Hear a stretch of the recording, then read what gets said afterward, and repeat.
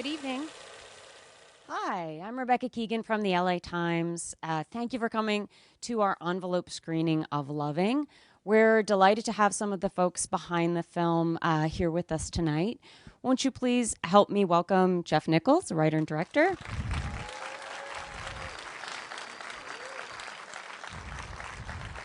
Ruth Negga.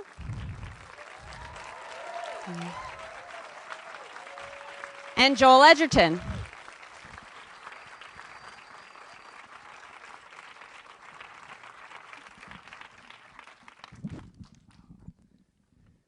Cheers. Well, there have been a lot of great movies that have come out of the American civil rights movement, but I don't think there's ever been a love story. Jeff, why did you choose this intimate way of telling this story? I feel like it kind of chose me, to be honest. I was first approached about doing this project by the three early producers. It was actually Colin Firth, the actor, and Jed Doherty. They're partners in a company called Rain Dog Films, with Nancy Bursky, who was the woman behind the documentary The Loving Story that we used as the basis for this film, as the inspiration. And they sent me Nancy's documentary, and when you watch it, really the tone of this couple, the nature of this couple is just, it's undeniable. Their sincerity comes through. It's filled with this archival footage from the mid-'60s. A documentary filmmaker named Hope Ryden showed up at their home before they went to the Supreme Court, which is obviously represented in the film. And this footage just, it's just undeniable. Mildred's grace, her just kind of eloquent nature, and Richard's absolute unease in front of the camera. It all comes through. But at the same time, she also incorporated all of these photos from Grey Villette, one that you just saw at the end of the film. I mean, what better way to understand the complexity of what's going on than that photo? You know, you look at it without even knowing the story. You look at it and say, well, obviously, this is period, the 50s or 60s. Who knows? There's this black woman and this white man, and the white man looks like he could be in the Klan or something. He's got these big bricklayer's hands, and he's got these boots, and he's in this very delicate position with his head on her lap. But they're laughing. They're laughing at something off screen, and just that whole image is indicative of the beauty and the complexity of the story. And that's the way I felt about the documentary, and it just made so much sense to me to lay it out that way, to focus on those people, to not make it a film about a court case or make it a film about big speeches or things like that. I just wanted to be with them as much as possible. Ruth, before you auditioned for this part, you watched the documentary as well. What struck you about Mildred? What struck me about Mildred was her grace. I think she has such great spirit, and it's so potent that she almost glows with it. And I found her just really sort of enchanting, really. And I loved her interaction with Richard. It was so beautiful. It was so beautiful to watch, and I just thought this woman is extraordinary. And I also, what struck me as well was watching the archival footage, her interaction with the documentarians. Like, you can just tell that she's just naturally wants to put people at ease, and she's just naturally like that. She has this, it's so weird because even in the documentary, you can tell the camera can't take its eyes off her. And even just watching her like fold the children's clothes, or just sit at a counter. There's something about her that is really magnetic, and And people do like the lawyers talked about that too. That she was a very elegant woman who had this, like I was saying earlier, she had this really beautiful, quiet self-belief and confidence. And what she achieved, what they both achieved, I just found absolutely extraordinary. Joel, despite what they both achieved, we don't know a lot about these people. At least we didn't until this documentary and this film.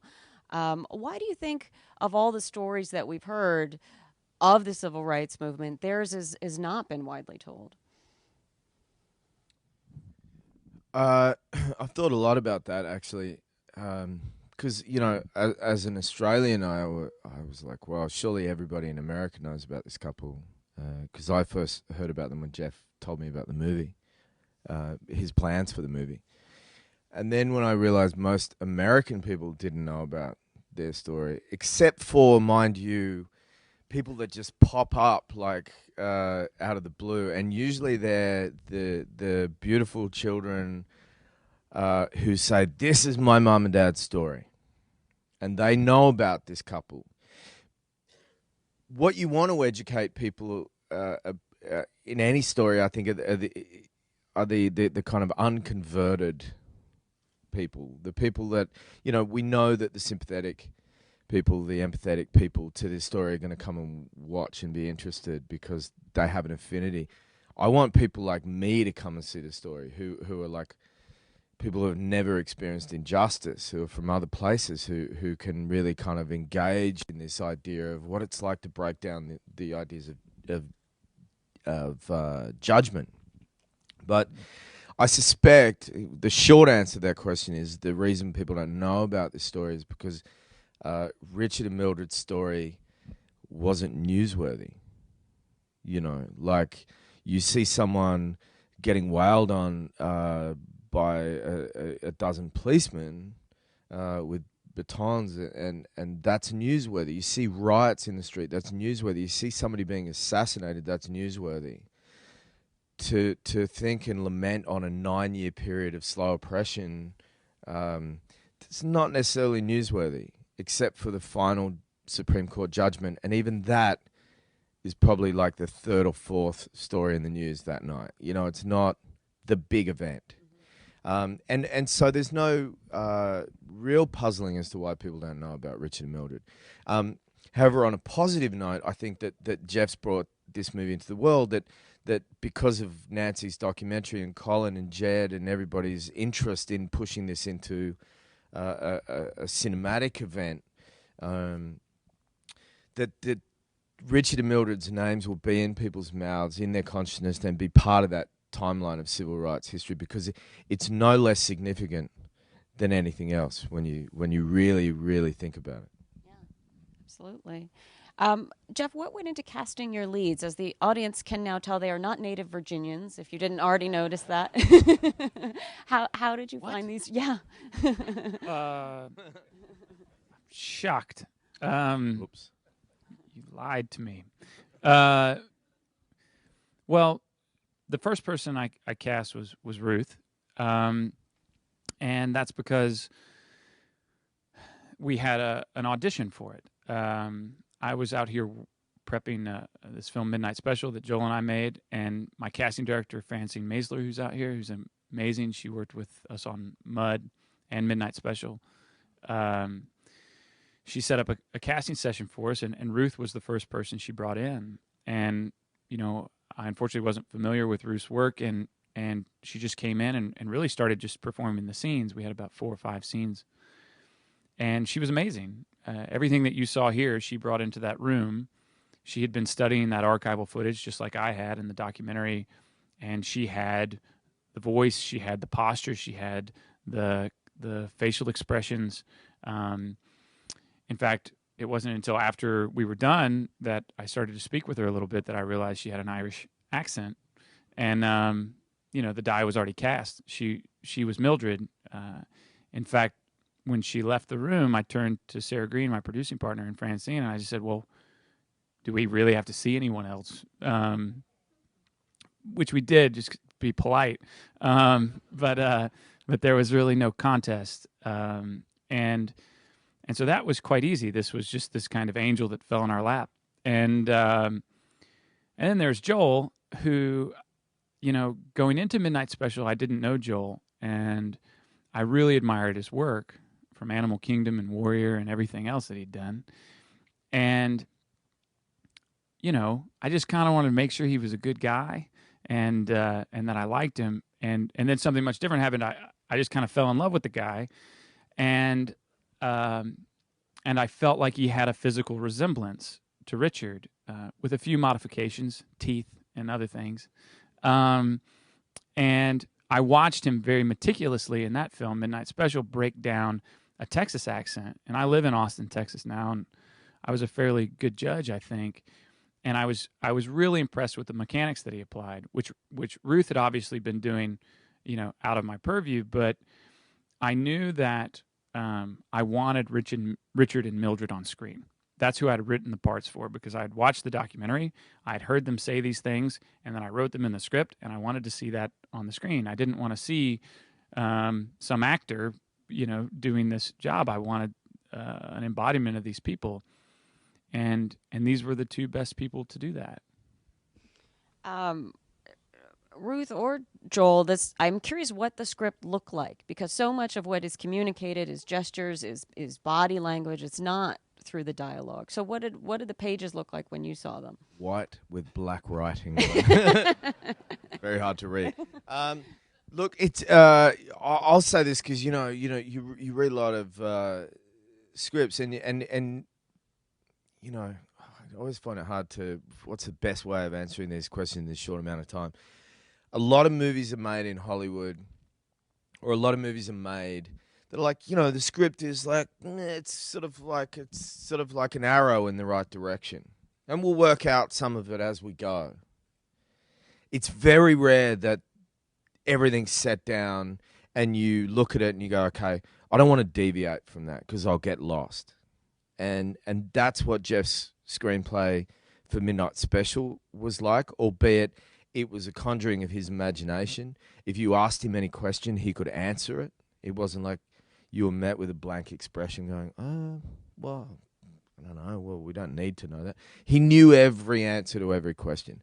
And this being a true story that he had chosen to tell truthfully, which is very rare in the movie world,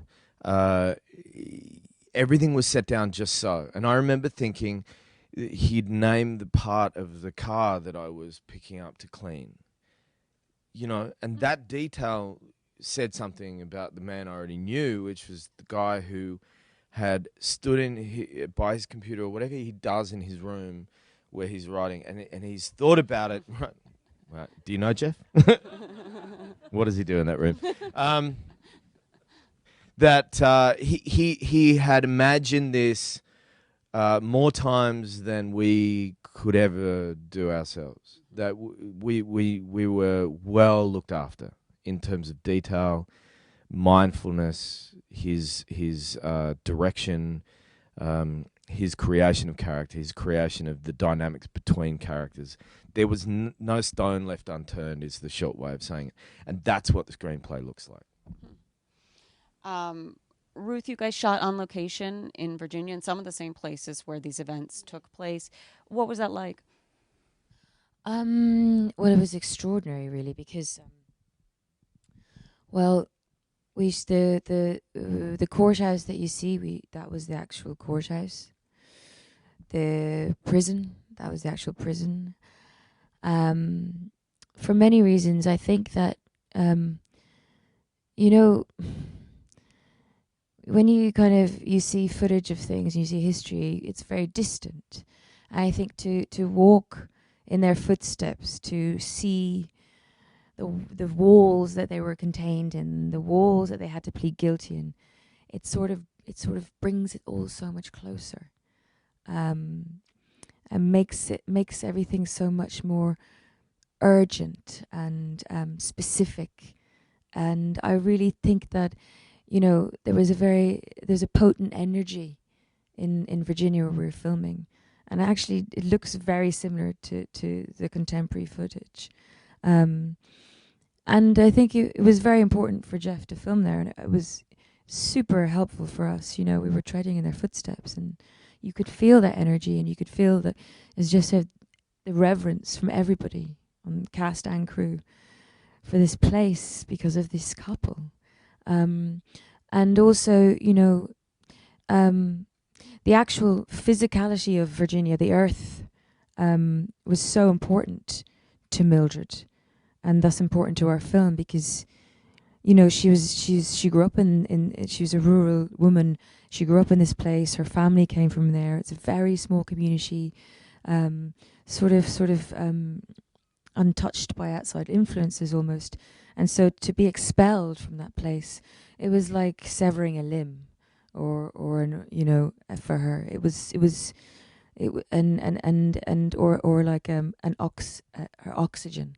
You know, you could see her deflate in Washington, and this melancholy fog descended, and because she wasn't allowed to go home, where she wanted to raise her family, where she didn't feel claustrophobic, where there weren't you know, metal machines that could kill her kids, you know, and I think that nature was very much integral part of her soul and her being.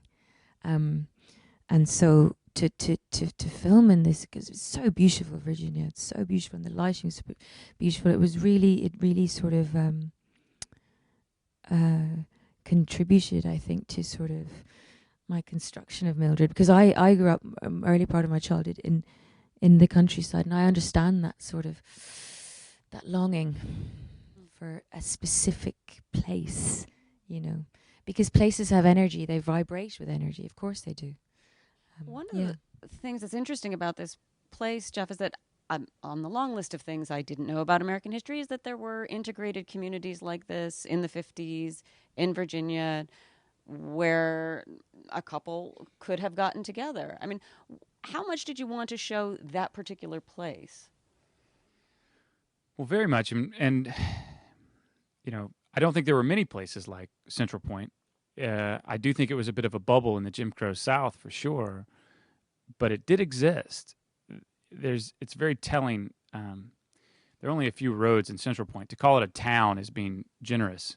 There's a church, there are some houses, but it is definitely a community, and probably more of a tight-knit community in the 50s because of the amount of agricultural work and everything else that was going on there.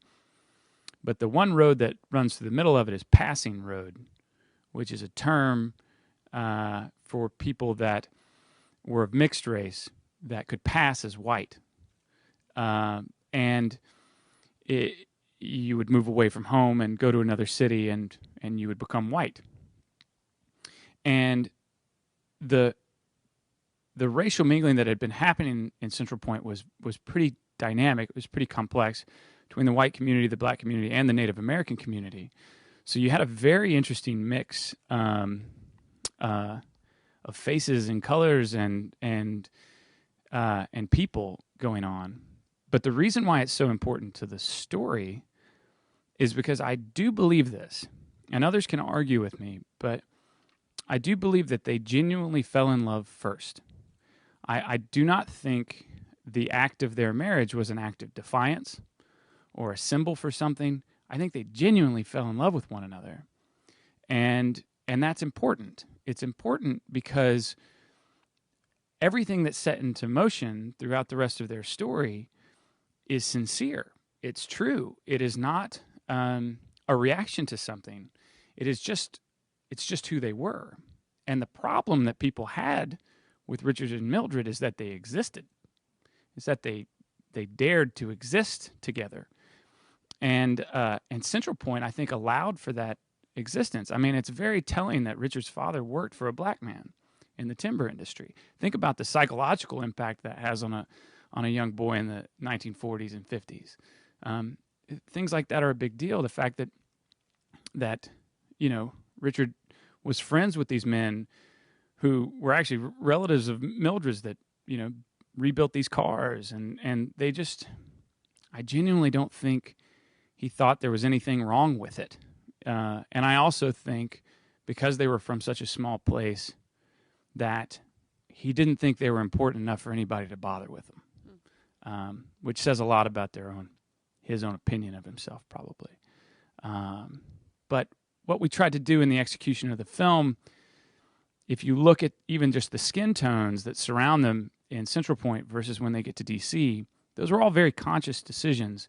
You know, it's tough for a filmmaker like myself. I loathe exposition, and I drop people right into the middle of stories, and we don't allow for much backtracking. So although it would be fascinating to just sit and have them talk about all of these circumstances, my style of storytelling doesn't really provide for that. So it's a very subtle thing. I'm not sure if people will notice it, and if they do notice it, I don't know if they'll believe it, but it does exist. Why do you think they initially fell in love, and eventually the outside world starts to tell them that's not okay? Why do you think, Joel, they stayed together? Because they really loved each other, and I really urge people, after having the experience of watching the movie, to watch the documentary, because it's so evident when you look at the two of them together. Look, I mean, on one hand, the easiest thing in the world for Richard, I think it's, in one of the wonderful scenes that Jeff wrote for us is for Richard being told by the wonderful Will Dalton in the movie, it's easy for you. Like, now you know what it's like to be black. Like, the easy way is just divorce her and you could go back to being white and everything would be fine. What I love about this is, like, there was so much Richard didn't understand about how to face the kind of stonewall structure of the law as a simple flesh and bone man who thought he had his place in the kind of brick masonry kind of section of the world and the little town section of the world, staring at the brick face, the granite face of the law, and not knowing how to navigate that. He was given certain parameters, and he was walking around that edge going, okay, well, if I do this and do this and do this. But one thing he wasn't willing to do was divorce his wife. She was the one that looked beyond the boundaries and said, all right, how do we get beyond the confines of what the law has set up for us? There was just no question, I think, and I really urge people to watch the documentary as well to get that essence of a true connection. And I think that, I don't know if the poster's here. The poster's really kind of says a lot about the couple, that the real strength of that couple was Mildred. The real intelligent, forward-thinking, shrewd person looking for the light that was the way out was Mildred. That Richard would have, I think, fallen over if it weren't for her conviction. But it's interesting that he was emasculated by the situation, not able to look after his family, not able to protect and provide, which I think is a very kind of male thing, which we probably should get over, but it's a very true thing for a lot of men I know as well. And she was the one that gifted that back to him in his inability to have it for himself. This whole I can look after you, which he was stripped of his rights to do. But there was never a question, I think, and I've never met Richard. I really, really wish I could. But I don't think it was ever a question of going, okay, there's a way out of this thing. I don't think it ever crossed his mind. Ruth, you had the opportunity to meet a child of the Lovings. What did you learn from talking to her? Or did it explain at all where Mildred got kind of the strength to do what she did? Myself and Jeff drove down to meet Peggy. I wanted to meet her because I wanted her to meet the person who would be playing her mother. I suppose I was looking for sort of a blessing, I suppose. But I thought, it'd be only polite to show my face. And I was very nervous. I was very nervous about meeting her. But at the same time, I was excited to sort of, I'd spent 2 years with this family, in my heart. And I I knew that I had the best of intentions, and I knew that I had excellent support from everybody, and I knew that we were going to do something beautiful. So I just wanted to sort of convey that energy to her, and I just wanted to be in her company. You know, I'd watched this girl in this footage for years, and I fell in love with the family, you know. So it was a privilege to meet her, and I just wanted to, you know, sometimes I think you learn more, you feel more from just sitting with someone. You're not necessarily sort of talking, you know, but that relationship developed, and she'd come to set. And I think she was thrilled, I really do. And I think she wholly approved of both of us, you know. I think she thought and she did say it, that we had the right spirit to play her parents. She called you daddy once. Called me daddy and hugged me when I met her. Aww. He looked so like Yeah. her father, you know, who died when she was very young. It's very, you know, must have been extraordinary to see that. Jeff, will people in that community or Peggy herself, have any of them had an opportunity to see the film? Peggy has, yeah. She said she loved it. And we're actually taking it back in a couple of weeks to screen in Richmond and then in Charlottesville. And I'm quite excited about it. Well, thank you very much for sharing it with us. Thank you guys for being here. Thank you. Thank you for having us. Thank you. Thank you.